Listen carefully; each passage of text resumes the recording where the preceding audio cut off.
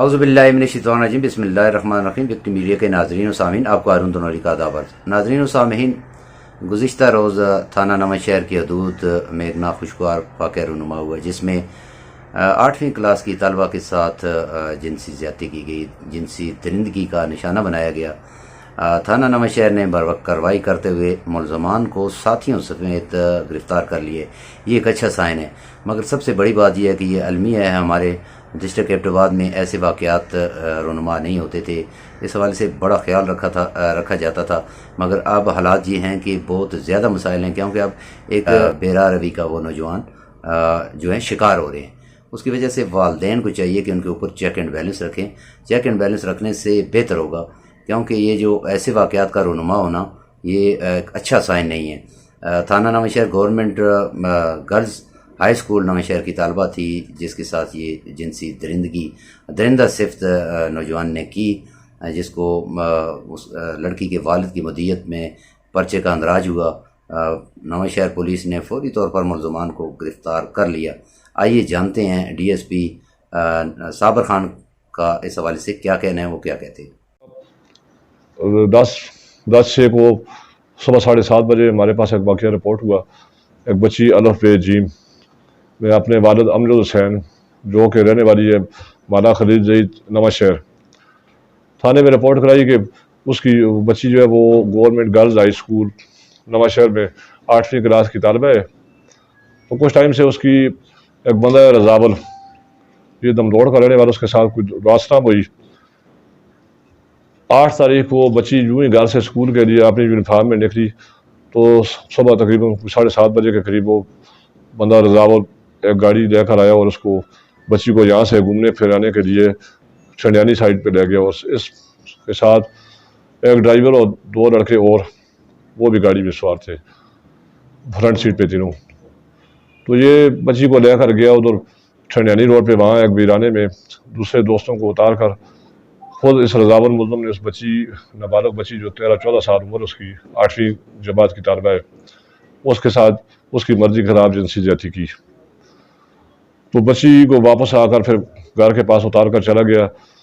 بچی نے خاموشی پکڑی۔ جب بچی کی ماں کو پتہ چلا 10 تاریخ کو، تو اس نے والد کے نوٹس میں لگایا اور وہ بچی کو 10 تاریخ رپورٹ کے لیے آئے۔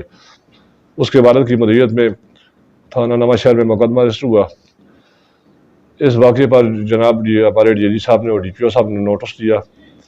میری سربراہی میں ایس او عامر خان نواں شہر اور تفتیش کے شعبے کے انچارج گلویز خان ایس آئی پر ایک ٹیم تشکیل دی، جنہوں نے انتھک محنت کر کے چند ہی گھنٹوں بعد جو مرکزی ملزم تھا مین رضاول، اس کو گرفتار کر لیا۔ اس کو گرفتار کرنے کے بعد اس نے اپنی انٹروگیشن میں اس کے جو دیگر ساتھی شریک برداد ملزمان سہولت کار، وہ کہ وہ جنسی زیادتی میں ملوث نہیں لیکن سہولت کار کے طور پر وہ انوالو تھے اور رپورٹ میں نامزد ہوئے، ان میں سے پھر دوسرا ملزم فیضان اور کاوش، یہ دونوں ملزم بھی گرفتار کیے۔ تینوں ملزمان علاقہ مسٹریٹ کی کورٹ میں پیش کر کے ان کو ایک یوم کسٹڈی پہ واپس انویسٹیگیشن کے لیے تھانہ نواں شہر کے حوالے ہوئے۔ تو اب اس میں مزید تفتیش جاری ہے۔ انشاءاللہ پولیس کی سائڈ سے کسی قسم کی کمی پیشی نہیں ہوگی، تمام تر وسائل اس میں کر کے ملزمان کو انشاءاللہ کیفر کردار تک پہنچایا جائے گا۔ اور اس میں وقوع میں استعمال ہونے والی جو گاڑی ہے XLI 30 نمبر، وہ بھی ریکور ہے۔ اب صرف اس مقدمہ میں صرف ایک ملزم کی گرفتاری جو ہے وہ شاکر کی جو سہولت کاری ہے اس کی بقایا، اس کی انشاءاللہ چند گھنٹوں تک انشاءاللہ متوقع ہے کہ وہ بھی ہو جائے گا۔ تو مزید اس پہ انشاءاللہ تفتیش میرٹ پہ جاری ہے۔ تو پولیس کی اس کارروائی کو عوامی حلقوں نے بڑا سراہا ہے کہ 8 تاریخ کا واقعہ اور رپورٹ ہوا ہے 2 دنوں بعد 10 تاریخ کو، تو جو چند گھنٹوں میں وہ جو مین ملزم ہے مرکزی جس نے بچی کو جنسی تشدد کا نشانہ بنایا وہ اریسٹ ہے۔ اور اس مقدمے میں کل 4 ملزمان نامزد ہیں، جس میں 3 گرفتار ہیں اور ایک ملزم کی گرفتاری بقایا ہے۔ السلام علیکم۔ تو ناظرین، آپ نے جانا کہ ڈی ایس پی صابر خان کا کیا کہنا کا یہ واقعہ ہے۔ 2 دن بعد یہ رپورٹ ہوتا ہے، 10 تاریخ کو یہ رپورٹ ہوا، اس کے بعد پولیس نے اسی دن 10 تاریخ کو یہ ملزمان کو گرفتار کیا اور ان کو ساتھیوں سمیت گرفتار کیا اور گاڑی بھی جو ہے ان کی قبضہ میں لی۔ اس حوالے سے یہ ایک واضح پیغام والدین کے لیے ہے والدین اپنے بچوں اور بچیوں کے اوپر کڑی نگاہ رکھیں۔ جس وقت وہ والدین اپنے بچوں کو اسکول کے لیے تیار کر کے بھیجتے ہیں تو ان کو چاہیے کہ وہ چیک اینڈ بیلنس رکھیں، وہ کم از کم اسکول سے فون کر کے ضرور پوچھیں کہ آیا میری بچی یا میرا بچہ اسکول میں پہنچا ہے یا نہیں پہنچا ہے۔ اگر نہیں پہنچا ہے تو اس کی حالات تو اس کو پھر اس کی تحقیق کرنی چاہیے۔ یہ کام والدین کا ہے، کیونکہ ہمارے جو تعلیمی ادارے ہیں اس میں پہلے تو یہ ہوا کرتا تھا کہ خوف تھا، ایک ڈر تھا اساتذہ اکرام کا، مگر اب وہ جو ہماری حکومت ہے، ہمارے ادارے ہیں، انہوں نے وہ خوف، وہ ڈر، وہ ساری چیز ختم کر دی ہے۔ اب کسی نوجوان میں نہ کوئی خوف ہے نہ کوئی ڈر ہے۔ اسی والے سے مختلف جو اسکولوں کے حالات ہیں اور اس میں زیادہ تر یہ جو مختلف نوجوان لڑکے ہیں ان کی ایسی حرکات ہیں، اللہ ہدایت دے ان کو، کیونکہ والدین بھی ان کے اوپر توجہ نہیں رکھتے۔ سوسائٹی میں بھی ان کو ایک عجیب، اگر کوئی غلط حرکت کر رہا ہے، پہلے تو یہ ہوتا تھا کہ کوئی غلط کام کر رہا ہے تو کوئی بڑا بزرگ یا نوجوان کوئی بھی اس کو دیکھتا تو وہ کہتا تھا، سرزنش اس کی ہوتی تھی اس کی کہ بھائی آپ یہ غلط کر رہے ہو۔ اس میں وہ اپنے کام سے باز آ جاتا تھا اور سمجھتا تھا کہ یہ لوگ جو ہیں مجھے پوچھیں گے، ہمارے عزیز پوچھیں گے، بڑے بزرگ پوچھیں گے، مگر اب وہ خوف بالکل نہیں رہا ہے، کیونکہ والدین بھی لاپرواہ ہو چکے ہیں۔ والدین کو چاہیے کہ وہ احساس ذمہ داری رکھے تاکہ ایسے حالات و واقعات رونما نہ ہوں۔ اس حوالے سے کوئی ایسا میکنزم، کوئی ایسا قانون بھی موجود نہیں ہے، اگر ایسی کوئی چیز ہو تو اس کو وہ کور کر سکے۔ ظاہر ہے جو لا ہے اس لا کے مطابق ہی وہ سزا ہونی ہے، کل پھر باہر آ جانا ہے۔ یہ کیا ہے، یہ کس طرف ہم جا رہے ہیں؟ یہ ہمارا جو ایبٹ آباد تھا اس حوالے سے بڑا پرامن تھا، بڑے پرامن لوگ رہ رہے تھے، ایک دوسرے کی عزت تقدس کا خیال رکھا جاتا تھا۔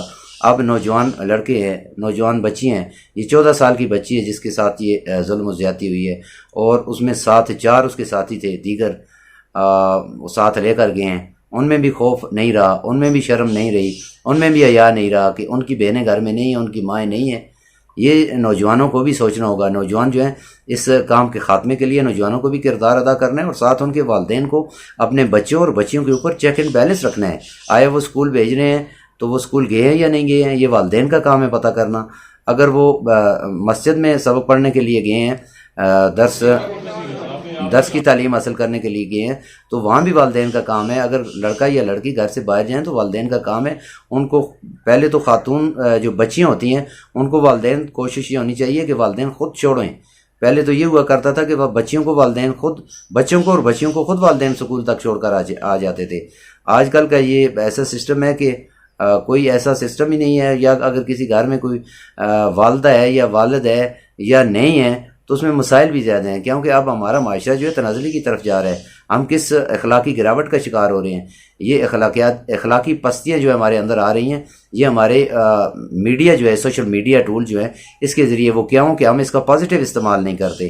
یہ اگر ایک چیز ہمارے ہاتھ میں آئی ہے تو ہم اس کا پازیٹیو استعمال کریں، اپنا بہتر میسج دیں تاکہ ہمارے ارد گرد ایسے حالات و واقعات رونما نہ ہو سکیں۔ اور یہ جو ملزم درندہ سخت ملزمان ہیں، یہ بھی چھوٹے چھوٹے بچے ہیں، یہ درندے کیوں بنے ہیں؟ ان کے اندر یہ چیزیں کیوں جاگی ہیں؟ کس وجہ سے؟ کہ والدین کی تربیت نہ ہونے کی وجہ سے، اور اساتذہ اکرام کا خوف ان میں نہیں رہا ہے۔ یہ سیانے جو ہیں، یہ دانا جو ہیں، دانشور دانا جو ہیں، وہ سچ کہتے ہیں کہ اگر کسی قوم کو برباد کرنا ہو تو اس کے تعلیمی اداروں کو، اس جو ان کا ایک نظم و ضبط ہے اس کے خلاف ان کو لگا دو۔ مار نہیں پیار آ گیا ہے، جس پیار کی وجہ سے ایسے واقعات رونما ہو رہے ہیں۔ ظاہر ہے یہ ایسے پیار ہوں گے تو پھر یہ ایسے ہی حالات و واقعات ہوں گے۔ انسان کس طرف جائے، ہم کس طرف جا رہے ہیں؟ اور دوسرا تھانہ نواں شہر جو ہے اس کی بروقت کارروائی، اس میں ملزم کو گرفتار کر لینا۔ جو واقعہ ہوا وہ تو ہو گیا، اب اس کا کیا سدباب ہوگا؟ سزا مل گئی، اس کا آیا، اس بچی کو کوئی اس کو مل سکے گا، اس کا کوئی پرسان حال ہو سکے گا، اس کی فیملی کو کوئی ریلیف مل سکے گا؟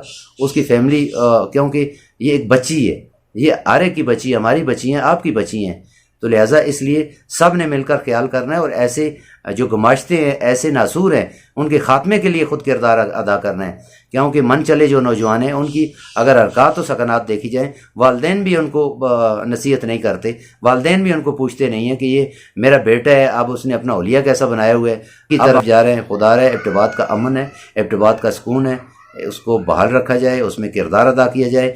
بزرگوں کو بھی چاہیے وہ اپنے بچوں کے اوپر تھوڑی سختی رکھیں، اور اساتذہ کرام ظاہر ہے وہ اگر کچھ سختی رکھتے ہیں تو اس حوالے سے ان کے سکینڈل مشہور ہو جاتے ہیں، وہ جیلوں میں چلے جاتے ہیں۔